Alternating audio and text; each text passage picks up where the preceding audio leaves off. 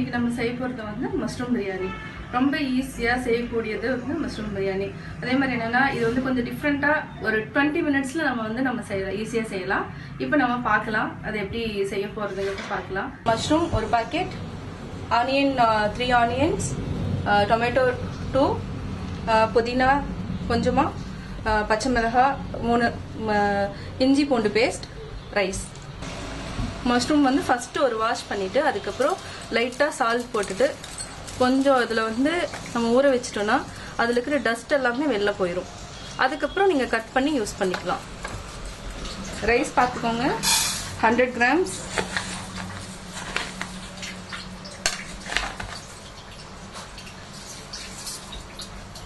$200 grams,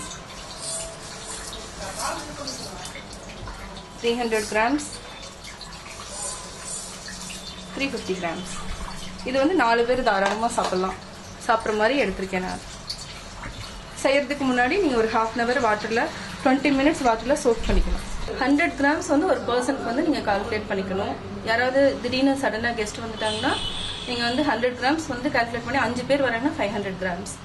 இது மாதிரி நீங்கள் மெஷர் பண்ணிங்கன்னா உங்களுக்கு ரொம்ப ஈஸியாக இருக்கும். யார் வந்தாலும் நீங்கள் மேனேஜ் பண்ணிக்கலாம். பிரியாணிங்கிறது ஒரு பெரிய விஷயம் கிடையாது. சிம்பிளாக பண்ணுறது, எளிமையான முறையில் நம்ம ஈஸியாக. இவ்வளோதான் இன்க்ரீடியன்ஸ். இதை வச்சு நம்ம ப்ரிப்பேர் பண்ண போகிறோம். இப்போ பார்க்கலாம். ஃபஸ்ட்டு ஆயில் ஊற்றுறோம். பிரியாணிக்கு எவ்வளோ ஆயில் தேவையோ அவ்வளோ ஆயில் நீங்கள் ஊற்றிக்கலாம். தாளிக்க வேண்டியது வந்து பிரியாணிக்கு இந்த ஏலக்காய், பட்டை, லவங்கம், அன்னாச்சி மொக்கு, அது இல்லாமல் பிரியாணி லீஃப். பிரியாணி லீஃப் வந்து வாஷ் பண்ணிவிட்டு நீங்கள் போடுங்க.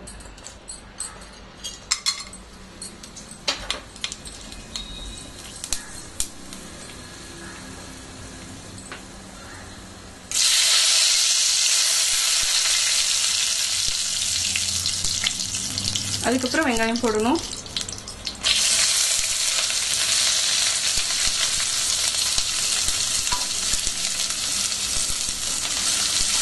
வெங்காயம் போட்டதுக்கப்புறம் ஸ்லோ பண்ணிக்கோங்க.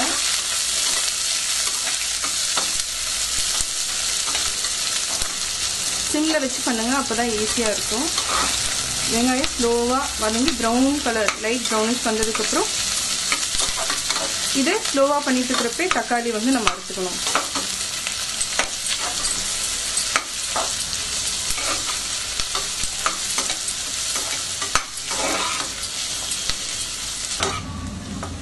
இப்போ தக்காளி போடுறோம்.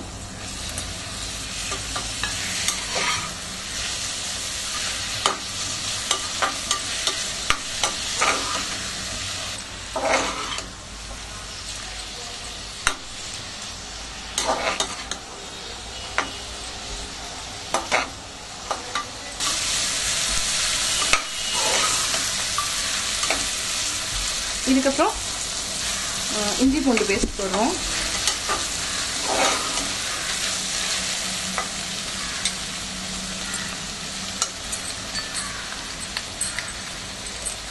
இஞ்சி பூண்டு பேஸ்ட் வந்து எவ்வளோ அரிசியோ அதுக்கு தகுந்த மாதிரி நம்ம போட்டுட்டோம்னா டேஸ்ட் வந்து கொடுக்கறது இஞ்சி பூண்டு தான். ஸோ அதனால ஓரளவுக்கு நல்லாவே போட்டுக்கலாம்.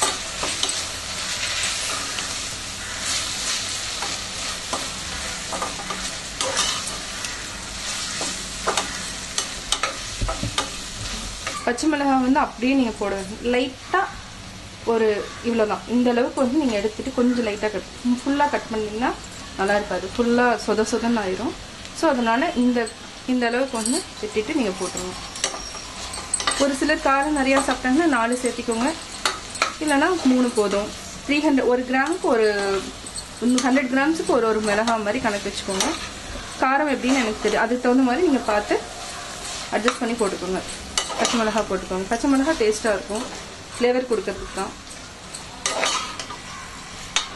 அப்படி புதினாவையும் போட்டுறோம். நம்ம புதினா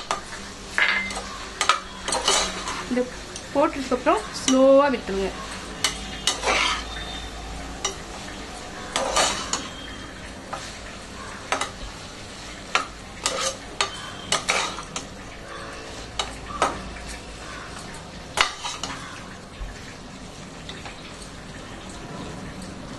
இந்த மாதிரி வந்ததுக்கப்புறம் மஷ்ரூம் எடுத்து போட்டுருங்க. மஷ்ரூம் போடுங்க. இது கட் பண்ணி வச்சிருக்கிறோம். நம்ம இந்த கட் பண்ணதை எடுத்து அப்படி போட்டுருங்க.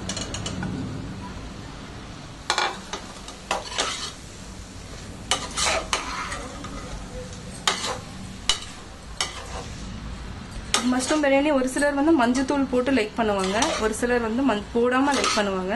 ஆனால் நான் பண்ணுறது வந்து மஞ்சத்தூள் போடாமல் பண்ணுறேன். இது வந்து கலர் வந்து வேறு மாதிரி இருக்கும், வித்தியாசமாக இருக்கும், ப்ரௌனிஷாக வரும். ஸோ அதனால் மஞ்சத்தூள் போட வேண்டாம்.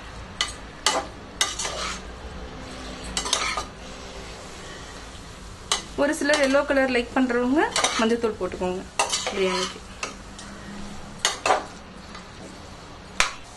இப்போ பார்த்தீங்கன்னா பிரியாணி வந்து ரைஸ் போட்டோன்னா முடிஞ்சது. ரொம்ப ஈஸியான ஒரு ஃபுட் இது, ஈஸியாக செய்யலாம். நீங்கள் 4 பேர் கெஸ்ட்டு வந்துட்டாங்கன்னா சாம்பார், ரசம், பொரியல் இவ்வளோ வேலைலாம் செய்ய வேண்டியது. பிரியாணிங்கிறது வந்து என்னென்னா நம்ம சவுத் இந்தியனில் வந்து ஒரு ஸ்பெஷல் டிஷ் மாதிரி. நீங்கள் அதனால இது மாதிரி யாராவது வந்தாங்கன்னா நீங்கள் கலக்கணும்னு நினச்சிங்கன்னா மஷ்ரூம் பிரியாணி மாதிரி பண்ணிடுங்க. பிரியாணி செஞ்சுருக்காங்க அப்படிங்க அந்த பேரோடு இருக்கும். நல்லா ஜாலியாக எல்லோரும் என்னன்னா டேஸ்ட்டாகவும் இருக்கும், நீங்கள் ஈஸியாக சாப்பிட்லாம், ஈஸியாக செய்யலாம். சாம்பார் ரசம்லாம் பண்ணி போடணும்னு அவசியம் இல்லை.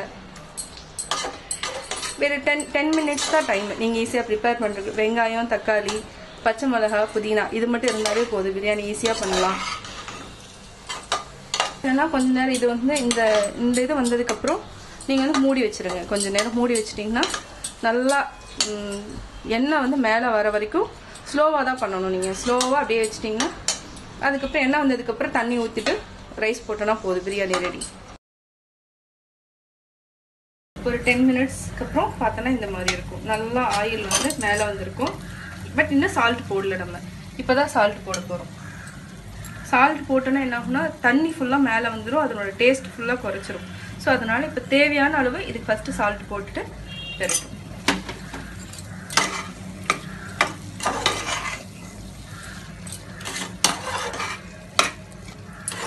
ஃபஸ்ட்டே சால்ட் போட்டால் என்ன ஆகும்னா மஷ்ரூமில் இருக்கிற அந்த வாட்டர் ஃபுல்லாக வெளியில் வந்துடும், அந்த டேஸ்ட் ஃபுல்லாக இல்லாமல் போயிடும். ஸோ அதனால் லாஸ்ட்டாக நீங்கள் சால்ட் போட்டிங்கன்னா போதும். நல்லா எண்ணெய் வரப்போ சால்ட் போட்டால் போதும். காரத்துக்கு என்ன வேணும்னா நீங்கள் பிரியாணி மசாலா கூட யூஸ் பண்ணிக்கலாம், அது போட்டாலும். இன்னும் ஒரு சிலர் வந்து ஸ்பைஸியாக சாப்பிடணும்னு லைக் பண்ணுவாங்க, அவங்க வந்து பிரியாணி மசாலா ஆட் பண்ணிக்கோங்க. பச்சை மிளகா, பிரியாணி மசாலா 1 ஸ்பூன் அந்த மாதிரி ஆட் பண்ணிட்டு கூட யூஸ் பண்ணிக்கலாம். இப்போ எந்த கப்பில் வந்து நம்ம ரைஸ் மெஷர் பண்ணமோ அதே கப்பில் நான் வந்து 350 கிராம்ஸ் ரைஸ் போட்டிருக்கேன். இப்போது இதில் தான் நான் மெஷர் பண்ணுறேன். பாசுமதி ரைஸில் தான் பண்ணுறேன். So 1 cup, 2, 3, 4, 5. இதில் வந்து என்னென்னா நீங்கள் வந்து 6 டம்ளர் ஊற்றுனீங்கன்னா போதும். 7 டம்ளருக்கு 6 டம்ளர் ஊற்றினாவே போதும். அந்த இதுவே வந்து என்னென்னா பாசுமதி ரைஸ் பொறுத்தவரைக்கும் பழைய அரிசியாக இருக்கலாம், புது அரிசியாக இருக்கலாம். ஸோ அது வந்து ரொம்ப இதாகிடும், குழம்புலாம் வந்துடும். அது மாதிரி பண்ணாமல் 1 டம்ளர் ரைஸ் வந்து எப்போவுமே 1 டம்ளர் வாட்டர் வந்து எப்போவுமே கம்மியாக ஊற்றணும். அப்போ தான் வந்து நல்லா உதிரியாக வரும்.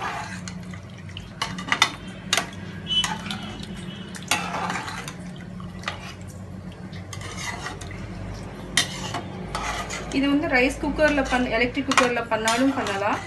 இது வந்து நிறைய பேர்த்திட்ட எலக்ட்ரிக் குக்கர் இல்லாதவங்க வந்து இந்த மாதிரி சிம்பிளாக நம்ம வீட்டில் நார்மலாக என்னென்ன பாத்திரத்தில் யூஸ் பண்ணுவோம் குக்கர் இதுலேயே நம்ம பண்ணிக்கலாம். இதெல்லாம் வந்து 10 மினிட்ஸ் to 20 மினிட்ஸ் தான் டைம்.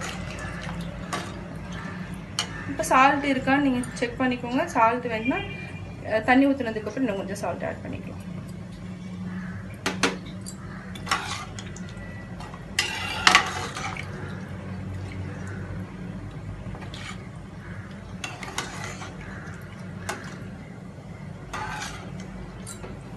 இப்போ நல்லா வேகமாக வச்சதுக்கப்புறம் நல்லா கொதிக்கணும். கொதிச்சதுக்கப்புறம் அரிசி போட்டுட்டு ஒரு 10 ஃபஸ்ட்டு வந்து கொஞ்சம் ஃபாஸ்ட்டாக வைக்கணும். அதுக்கப்புறம் 5 மினிட்ஸ். பாசுமதி ரைஸ் வந்து எப்போவுமே கீழே வந்து அடியில் வந்து கருப்பாயிரும். அதனால் வந்து என்ன பண்ணணும்னா நீங்கள் சிம்லேயே வச்சுருங்க. சிம்மில் வச்சுட்டு ஒரு 5 மினிட்ஸ்க்கு அப்புறம் ஆஃப் பண்ணிடுங்க. இப்போ கொதிச்சிருச்சு. இப்போ வந்து ரைஸ் போடணும். ரைஸ் வந்து பழைய அரிசியா புது அரிசியான்னு நம்ம வந்து அதுக்கு தகுந்த மாதிரி தண்ணி பார்த்து ஊற்றிக்கணும். பாசுமதி ரைஸ் வந்து ஈஸியாக குழஞ்சு போயிடும். ஸோ அதனால் தண்ணி மேக்ஸிமம் கம்மியாக ஊற்றிக்கணும்.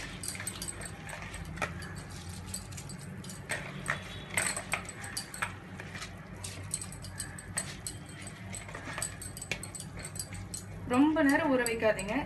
கொஞ்ச நேரம் ஒரு 20 மினிட்ஸ் to 25 மினிட்ஸ் ஊறினா போதும். ரொம்ப ஊறிச்சுன்னா அதுவே ஒரு மாதிரி தான் இருக்கும். இப்போ மூடி வச்சிடலாம் நம்ம.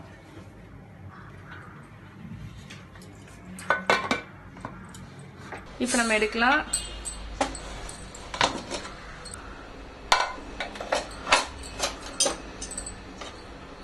மஷ்ரூம் பிரியாணி சிம்பிளா பண்ணியாச்சு.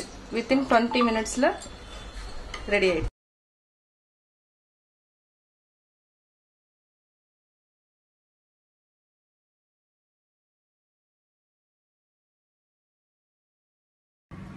மஷ்ரூம் பிரியாணி நான் எப்படி பண்ணேங்கிறத நீங்க பார்த்துருப்பீங்க. டெஃபினட்டா உங்களுக்கு ரொம்ப பிடிச்சிருக்கும். பிடிச்சிருந்ததுன்னா லைக் பண்ணுங்க, என்னோட சேனல் சப்ஸ்கிரைப் பண்ணுங்க.